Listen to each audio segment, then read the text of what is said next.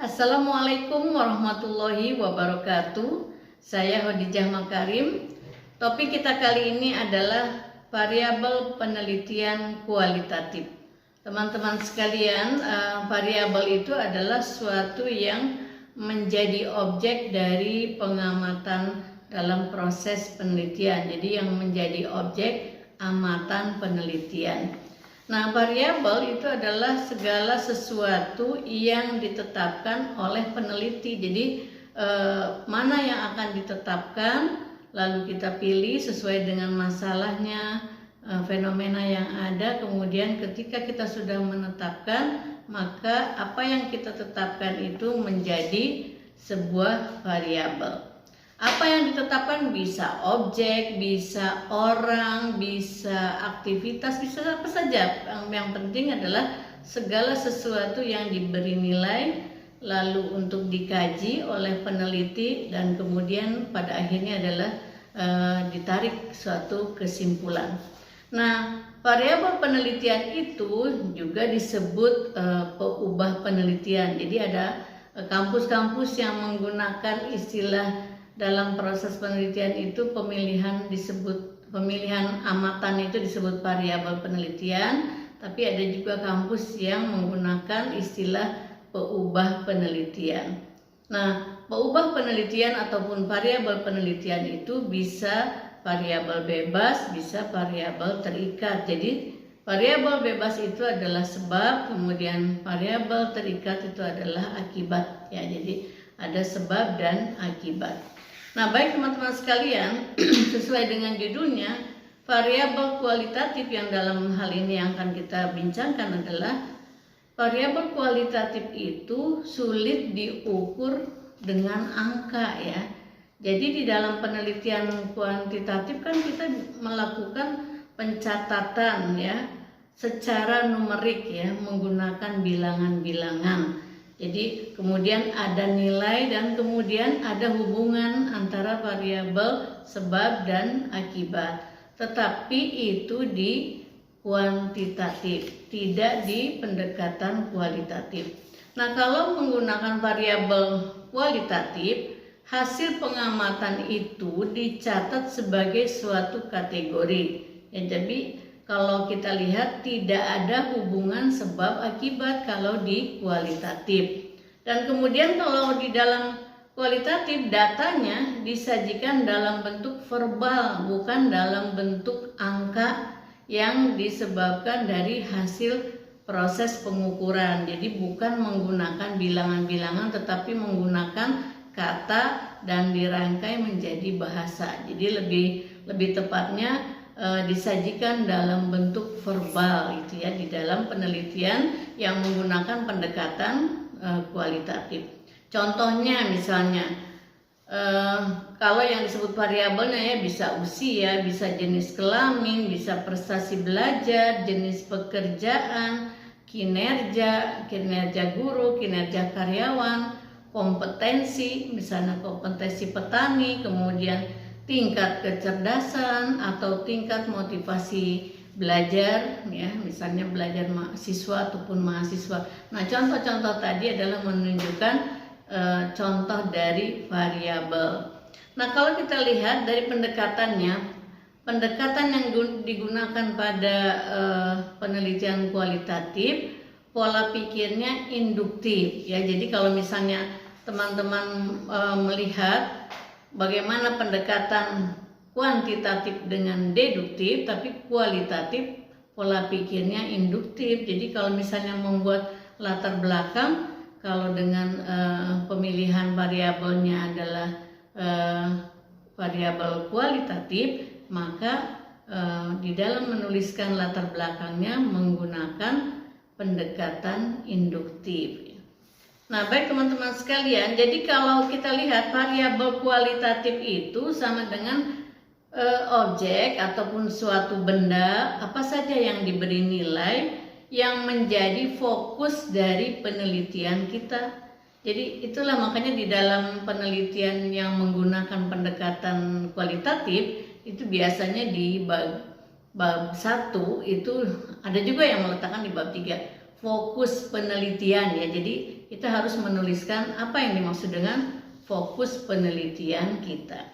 Nah, baik teman-teman sekalian, supaya lebih jelas contohnya yang dimaksud dengan variabel kualitatif ini adalah saya kasih contoh judul-judul skripsi yang menggunakan variabelnya variabel kualitatif dan menggunakan pendekatan kualitatif ya. Ini contoh aja udah ada beberapa. Yang pertama, peran kepala sekolah dalam melaksanakan manajemen mutu terpadu. Jadi di sini kita tidak melihat tingkat ya, tingkat bagaimana melaksanakan manajemen mutu terpadu misalnya, itu menggunakan kuantitatif. Tapi kalau di sini yang dipakai adalah peran kepala sekolah ya. Jadi peran kepala sekolah dalam melaksanakan manajemen mutu terpadu. Kemudian yang kedua, macam-macam cara belajar anak usia dini misalnya. Ini kualitatif, jadi variabelnya variabel kualitatif. Kemudian yang ketiga, gaya belajar. Gaya belajar siapa? Gaya belajar siswa berprestasi. Misalnya kita lihat, itu kok ada kelompok siswa yang berprestasi, yang ini kurang berprestasi. Kemudian kita ingin tahu bagaimana sih gaya belajar mereka, misalnya sehingga mereka bisa menjadi pelajar yang berprestasi. Nah, kita teliti secara kualitatif. Ya, jadi gaya belajar siswa berprestasi. Kemudian yang keempat, misalnya melihat kinerja tetapi tidak kuantitatif. Ya, kalau misalnya kuantitatif kan kita melihat tinggi rendahnya kinerja. Kalau ini analisis kinerja guru. Misalnya contohnya saja analisis kinerja guru sekolah dasar di mana misalnya ya. Ini kita bisa menggunakan kualitatif karena menganalisis, tidak akan mengukur tinggi rendahnya kinerja. Kemudian yang kelima, contoh yang kelima adalah peran guru dalam pendidikan karakter siswa. Jadi bagaimana peran guru di dalam mengembangkan karakter siswa? Ya tinggal pilih misalnya apakah siswa SD, SMP atau SMA. Nah, di sini juga lagi-lagi karakter itu kita ukur dengan kualitatif. Jadi contohnya tadi peran guru dalam pendidikan karakter siswa. Kemudian bidang lain misalnya peran kepuasan kerja. Misalnya ini kita kalau lihat di perusahaan misalnya ya. Lalu misalnya kalau ada dalam bisnis misalnya ya, kemudian peran citra suatu produk misalnya. Peran citra merek ya di dalam apa, misalnya kita kaitkan dengan tingkat konsumsi masyarakat misalnya terhadap produk tersebut. Ini kita bisa gunakan dengan pendekatan kualitatif menggunakan variabel kualitatif. Atau mungkin misalnya kita ingin melihat iklim organisasi. Iklim organisasi perusahaan dampaknya terhadap. Nah, ini juga kita menggunakan variabel kualitatif. Jadi buat teman-teman yang akan menggunakan pendekatan kualitatif dengan variabel kualitatif ada banyak pilihan ya. Jadi tidak harus kita berpikir wah ini kayaknya harusnya nih kalau kinerja harus kuantitatif. Tidak, tergantung variabel yang kita kaji. Jadi kinerja itu bisa kuanti, bisa kuali ya. Kemudian kalau misalnya teman-teman yang belajar tentang hukum Islam misalnya, tinjauan hukum Islam terhadap ibu yang bekerja di luar rumah misalnya ya, di masyarakat mana kita teliti. Jadi itu juga suatu pilihan dalam penelitian kualitatif. Saya ulangi ya, contoh di bidang hukum Islam, tinjauan hukum Islam terhadap peran ibu bekerja di luar rumah gitu. Atau mungkin dengan bahasa yang populernya terhadap ibu yang berkarir misalnya, atau wanita karir gitu ya. Jadi bagaimana hukumnya ya, kemudian tinjauan hukum Islam seperti apa. Nah, ini kualitatif ya. Kemudian persepsi juga bisa kuanti, bisa kuali. Kalau ingin mengukur tinggi rendahnya persepsi seseorang itu kuantitatif. Tapi kalau kita ingin melihat bagaimana peran persepsi itu bisa kualitatif. Contohnya persepsi masyarakat terhadap, saya ambil yang mudah aja ya, persepsi masyarakat terhadap hukum foto prewedding misalnya, ini tinjauan hukum Islam gitu ya. Itu juga bisa kita teliti dengan kualitatif. Kalau teman-teman yang meneliti psikologi, saya ambil contoh misalnya psikologi agama ya. Nah, psikologi agama kalau akan mengukur tingkat kesadaran beragama ya, tingkat ya atau level kesadaran beragama pada masa remaja misalnya, dihubungkan dengan berbagai faktor, diantaranya misalnya penggunaan media sosial misalnya. Ini bisa diklasifikasikan dengan pendekatan penelitian kuantitatif. Tapi kalau misalnya teman-teman ingin meneliti psikologi agama dengan pendekatan kualitatif, bisa misalnya faktor-faktor yang mempengaruhi konversi agama misalnya, itu kuali. Kemudian pengalaman beragama pada anak usia dini, ini kualitatif dengan satu variabel, yaitu variabel tunggal ya.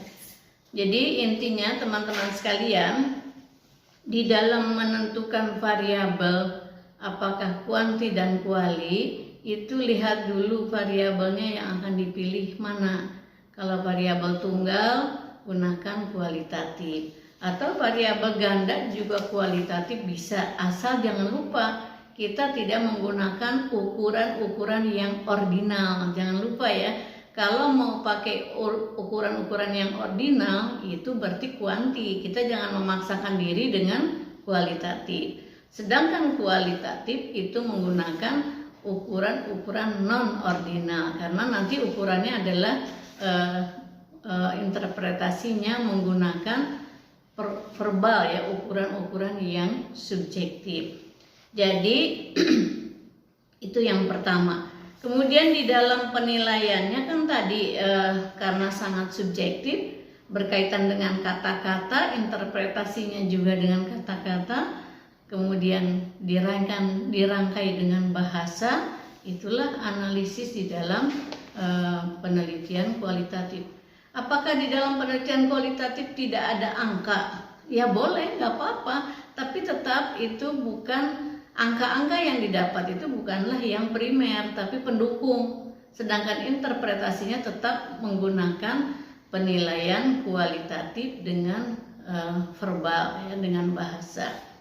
Baik teman-teman sekalian, jadi kesimpulannya kalau teman-teman mau meneliti di bidang pendekatan kualitatif dengan variabel kualitatif, jangan lupa variabel kualitatif itu gunanya satu, mendeskripsikan realitas sosial, satu. Yang kedua, mengembangkan teori, ya. Kemudian yang ketiga adalah memperoleh pemahaman, gitu ya. Jadi kalau kita ingin menggunakan tiga tadi kawasan, yaitu mendeskripsikan realitas sosial, mengembangkan teori, dan memperoleh pemahaman sesuatu, maka kita gunakan pendekatan penelitian kualitatif dengan menggunakan variabel-variabel kualitatif. Demikian teman-teman sekalian, mudah-mudahan bagi teman-teman yang berminat untuk melakukan penelitian dengan pendekatan kualitatif bisa lebih mantap dengan adanya tambahan masukan pada hari ini. Terima kasih. Assalamualaikum warahmatullahi wabarakatuh.